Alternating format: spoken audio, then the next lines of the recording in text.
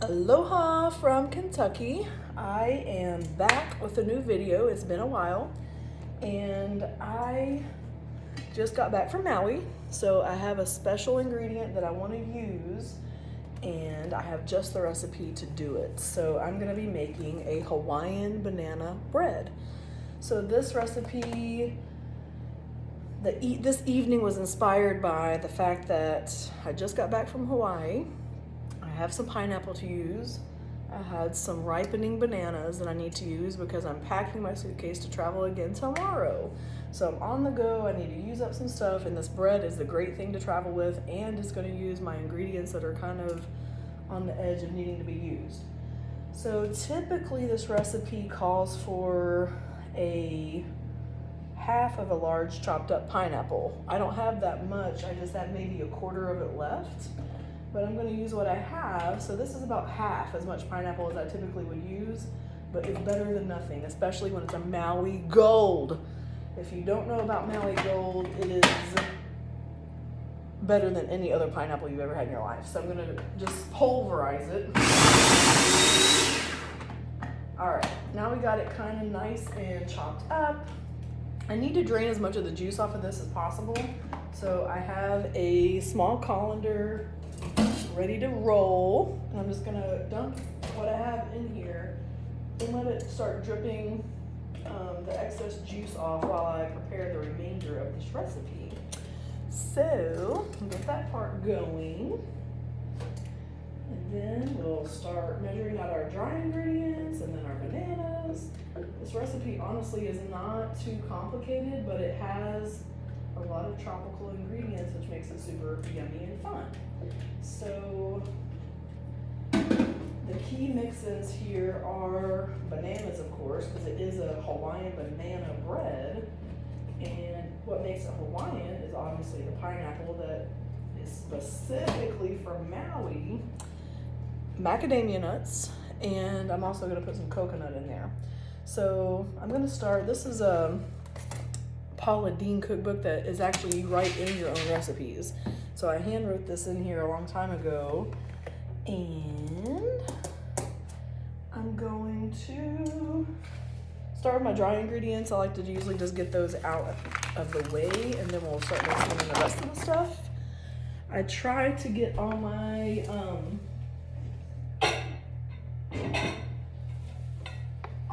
bowls that I need out in advance, but that's one thing I did forget. I think this one's not going to be big enough, so let me try again on that.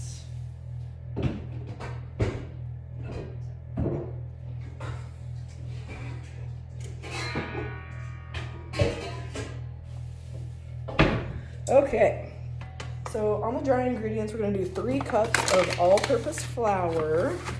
I recently went through my pantry and did a little clean out because I had so much going on. So I did like an inventory of ingredients. I had 3 bags of flour. So it's time for me to start using some of this up. So this is just another thing. It's gonna help me use up some ingredients that I need to use. And everybody's gonna be excited for me to bring this Hawaiian banana bread, because I have, like I said, some travels in front of me. My first stop this weekend is gonna be with my bestie from high school. We are going to be at her house in Nashville to watch the Super Bowl. So it's Super Bowl Sunday over the weekend. I actually have a 5K race that I'm gonna be doing on Saturday near her house. So that's gonna take me down there earlier in the weekend. So we're gonna have all weekend to catch up and just enjoy each other's company and to enjoy this Hawaiian banana bread. So I'm already feeling like this is gonna be breakfast every day. And oh, I don't wanna tell you guys all my secrets, but I've done something crazy with this Hawaiian banana bread before. So 3/4 teaspoon of salt. I'm gonna do 1 full teaspoon of baking soda. All right, you make the Hawaiian banana bread. You eat it as it is because it's amazing. I'm gonna go ahead and put some cinnamon in here. The recipe says 1 teaspoon, But you guys, when I do cinnamon, I really want to taste it. So I usually will do at least double what a recipe calls for because I'm all about cinnamon and the flavor of it. So Trader Joe's, organic, double on the cinnamon. Back to what I was talking about. So doing something crazy special with this Hawaiian banana bread. Of course, it's crazy special on its own with all these great ingredients like the Maui pineapple, the macadamia nuts, bananas, and coconuts. But let's take it a step further. Now, slice it, bathe it in a little bit of egg wash with some more cinnamon in there, fry it up as French toast. Homemade whipped cream, drizzle of syrup. Oh my Lord, I'm telling you guys, your life will never be the same. So this Hawaiian banana bread can be transformed into an amazing French toast breakfast. And it's not that many extra steps, and it's just completely amazing. So that can happen as well. I mean, anything crazy can happen when I go hang out with my friends. So that's gonna be a thing. Now, next thing I'm gonna go ahead and put in here is my wet ingredients, and I'm gonna start actually with the sugar. I intentionally chose this sugar in the raw. This actually used to come from Hawaii. This is now, they don't produce it there anymore. So this came from, packaged in the US, but where did the sugar come from? Maui no longer is growing sugarcane. And so it was interesting on my last trip to see all the sugarcane fields and what they've transformed them into be. So for a long time, they were just empty, nothing was going on. And now they actually have a group that is growing all kinds of things. So they have lemon trees and all kinds of different produce trees. And they're doing like, I don't know if it's a co-op. I really need to do some more research before I just start running my mouth, but it's like they're allowing smaller farmers to come in and use smaller plots of land to grow what they want to grow. So I thought that's pretty cool that that opportunity is opening up.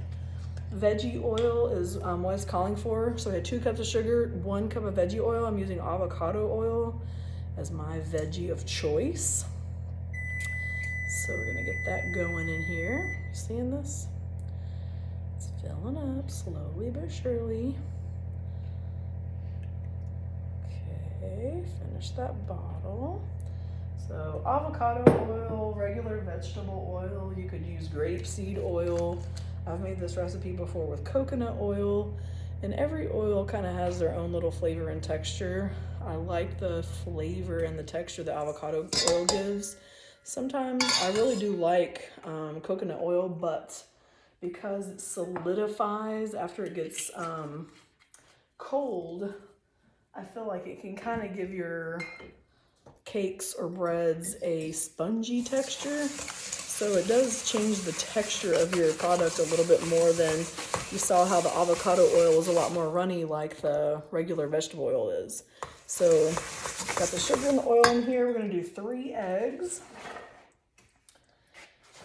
I'm getting close to putting in the pineapple and the bananas, which is gonna be amazing. Oh my Lord. There's 1, 2, and 3 eggs. I like to whip those. I like to whip it as much as I can because I like to get some air in my batter. So I like to whip it. Get that all mixed up.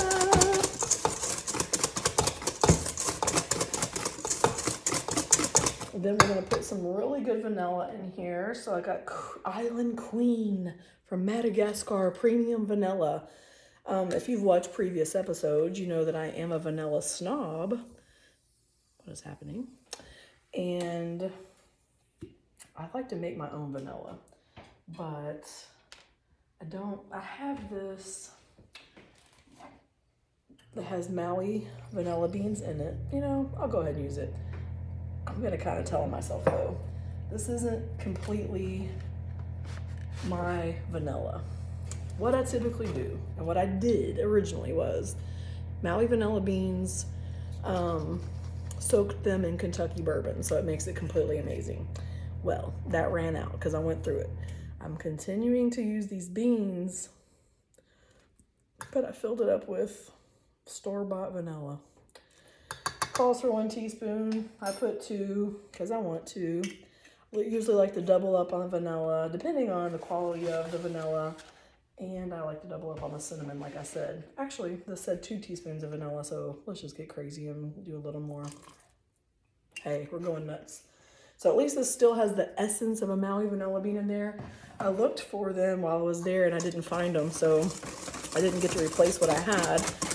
But I will find another,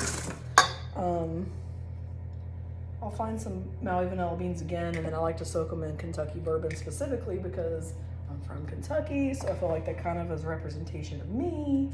So, okay, now we've done all the ingredients up to the bananas and the coconut and the pineapple. So now it's time to get my hands dirty. I've washed them thoroughly, and literally I just squish them. So I just take my hands. I could put this through the food processor like I did the pineapple, but why bother? I mean, this is like a stress reliever. It's like playing with Play-Doh a little bit. Just squeeze them in here, get them in. These are not overripe. Some people like to eat them like this. I like my bananas the way, like when I eat them a little bit more on the green side. These were just a little bit of brown dots on the outside, but they weren't really black. So they're still kind of solid. They're not too overdone. Speaking of overdone, I have waited way too long on my bananas before using them in a recipe. And I have a specific friend, she knows who she is, who humored me one day. I literally was trying to bake with these bananas, and when I started to peel them, it was like they were like foam. They were foam. I mean, they were like way too gone. They were already like fermented. It was ridiculous. So we got the pineapple in there now, which is gonna good. That was probably at least a cup. So I know that the amount of pineapple that I had to put in here wasn't as much as I really wanted, but gave enough. It's gonna have that pineapple flavor, and I'm excited about that. Now what's left is the coconut and the macadamia nuts. This recipe that I have written down says walnuts, but honey, if we have macadamia nuts, why would we not use them specifically in this recipe? So now the question comes, do I want to use unsweetened coconut? Do I want to use sweetened coconut? Or hey, while we're at it, do we want to use toasted coconut? It doesn't matter, it's your choice because you're the one making this thing. Personally, I'm gonna do a combination because I did this pantry clean out. My pantry also flows into my freezer for specific ingredients like this. So this little bits of coconut has been frozen and I'm just ready to use it up. So I'm gonna go ahead and finish this little bag of sweetened coconut, but I only need a cup total of whatever combo I'm gonna do. So this little bit left took about 3/4 of a cup. And then just for fun and for flavor, I really like toasted coconut. Really brings a lot more flavor than I feel like raw or untoasted coconut. So I'm gonna finish out the last 1/4 cup with toasted coconut. So we got some sweetened coconut. I'm gonna top it off with this toasted coconut, and just so I can finish the bag, let's just throw it all in there. I mean, I know I'm measuring, but I don't need to be just saving little bits and pieces of this stuff. So there we go. I'm going to get all that goodness in there. And then I feel like the last thing is gonna be the nuts. So let me put this together. I'm gonna blend it with a spatula at this point because I've got a lot of these little mix-ins that I don't want to get stuck inside of this whisk. And then I'm gonna put my dry ingredients in there. Okay, let's put the dry ingredients in before I add the nuts in. And that'll be our last step, and then I'm popping it in the oven. Speaking of ovens, I got a new one. I have a convection bake setting. I have an air fryer setting. I have a convection roast setting. And regular bake setting. So, you know, I'm doing this YouTube live, but I have to be honest and say I haven't had a lot of experience with this oven, and I don't know how to use it, all the fancy settings. So I've been using the convection bake setting and the air fryer setting for just like roasting vegetables and things like that. But I just don't feel comfortable. Like I've actually done a little bit of reading on convection bake setting. I just feel like it dries out your stuff. Like I personally don't really want a crust on the outside of this banana bread.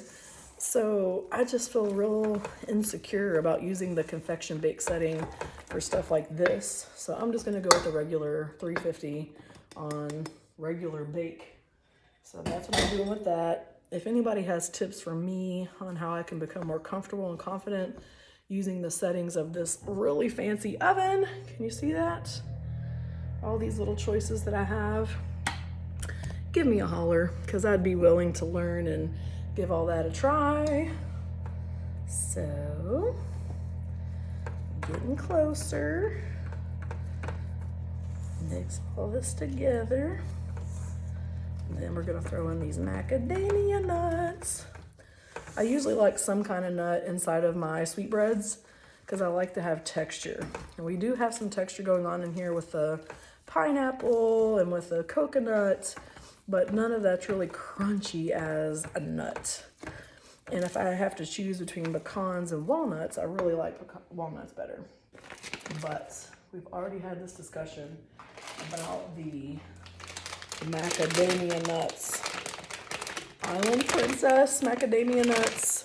I have a whole new, brand new unopened bag that I just picked up because every time I make a trip, I go to Costco, where I stock up on all my ingredients, and I gotta load myself down with this because it's just the best place to get it. When you're on the islands, get the Island Princess nuts. I mean, why would you just not do that? So that's 1 cup. My recipe said 1 cup. But as I start mixing them up in there, if I feel like I want more, I'll put more, because I can. I think that's good. That looks pretty good to me. Now, you can do this in a loaf pan. You can do it in a 9 by 13. I actually have a really big baking pan. It's bigger than 9 by 13. I have to look and see how big it is, but I think I'm going to use this today. I got this at Aldi. If anybody needs an Aldi plug, I love Aldi. So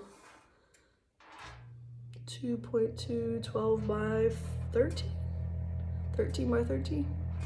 Can't really see it, it's not that clear, but it is bigger than a 9 by 13, that's for sure. So I'm gonna butter it up. I like the butter flavor. And then I'm gonna throw the bread in there and put it in the oven to bake. So here's my little portion of greasy butter that I use to butter my pans. Get that all nice and lubricated. And then we're gonna bake some bread. The other good thing about when you bake it in something so large as this is that it bakes much faster. So I might be able to have some dessert tonight. I won't have to wait an hour for something like this to cook, which is what it would take in a loaf pan. Loaf pans, I can deal with them, but they do intimidate me a little bit because, again, you're getting that crust. Like sometimes your outside can get done way faster than your inside. So on a pan like this, we're gonna get a much more even cook, and it'll cook much faster. Get this batter in there. We got the Maui raw sugar. We got eggs, we got vanilla. We got the Maui gold pineapple. We got bananas. We got a combination of sweet coconut flakes and toasted coconut flakes. Macadamia nuts, flour, baking soda was our rising agent. So it's gonna be so delicious. A little bit of salt. Just the normal stuff that you mix with your flour when you bake. So there it is, folks. I could sprinkle it with a little bit more coconut. Why don't I just do that, just to be crazy? Just so I can use all of the kinds that I had. I'm gonna put some raw, unsweetened coconut flakes. Just a little drizzle on top, just as a decoration. That will get nice and toasted as it bakes. And then it'll come out of the oven and we'll know the Hawaiian banana bread is ready. So I'll send some pics, but from Beth's Kitchen, Hawaiian banana bread going in. Aloha, thanks for watching.